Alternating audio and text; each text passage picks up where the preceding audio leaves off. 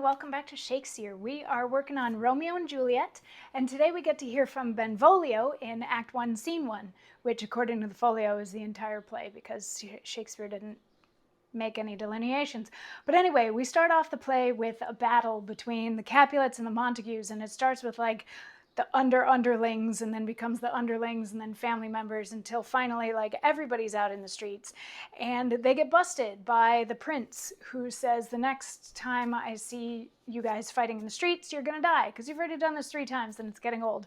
So he says, Lord Capulet, come with me and you'll find out the consequences, and Lord Montague, come with me a little bit later and you'll find out the consequences. So everybody leaves except for Lord and Lady Montague and Benvolio, who want to know what happened. Lord and Lady Montague had asked Benvolio, and he gave a little recap. He's like, I don't really know who started it because everybody was already fighting by the time that I got here.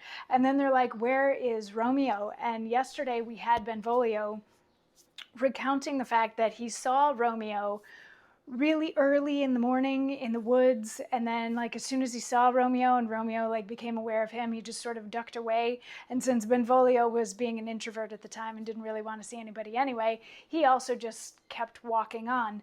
And Lord Montague adds to that and says, many a morning hath he there been seen, with tears augmenting the fresh morning's dew, adding to clouds more clouds with his deep sighs. But all so soon as the all-cheering sun should in the farthest east begin to draw the shady curtains from Aurora's bed, away from light steals home my heavy son, and private in his chamber pens himself, shuts up his windows, locks fair daylight out, and makes himself an artificial night. Black and portentous must this humour prove, unless good counsel may the cause remove. So basically what he's saying here is that Romeo thinks he's Hamlet. He's being sullen and melancholy, and he goes out walking by himself at night, and then as soon as the sun starts to come up, he comes and he shuts himself in his room and turns off all the lights and that sort of thing, and he's living in darkness and blackness, and he's crying a lot and all this sort of thing. So yeah, Romeo at the moment thinks that he's Hamlet. He's being all sorts of moody and melancholy and emo and that sort of thing.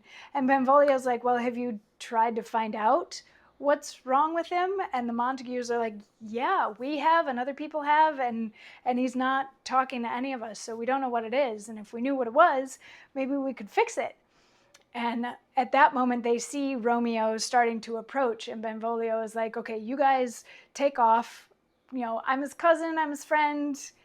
I'll see if I can figure out what's going on with him. So the Montagues leave, Lord and Lady Montague leave, and Romeo enters, and we will find out from him tomorrow why he is being so sullen and melancholy at the beginning of this lovely play that starts out with a street war.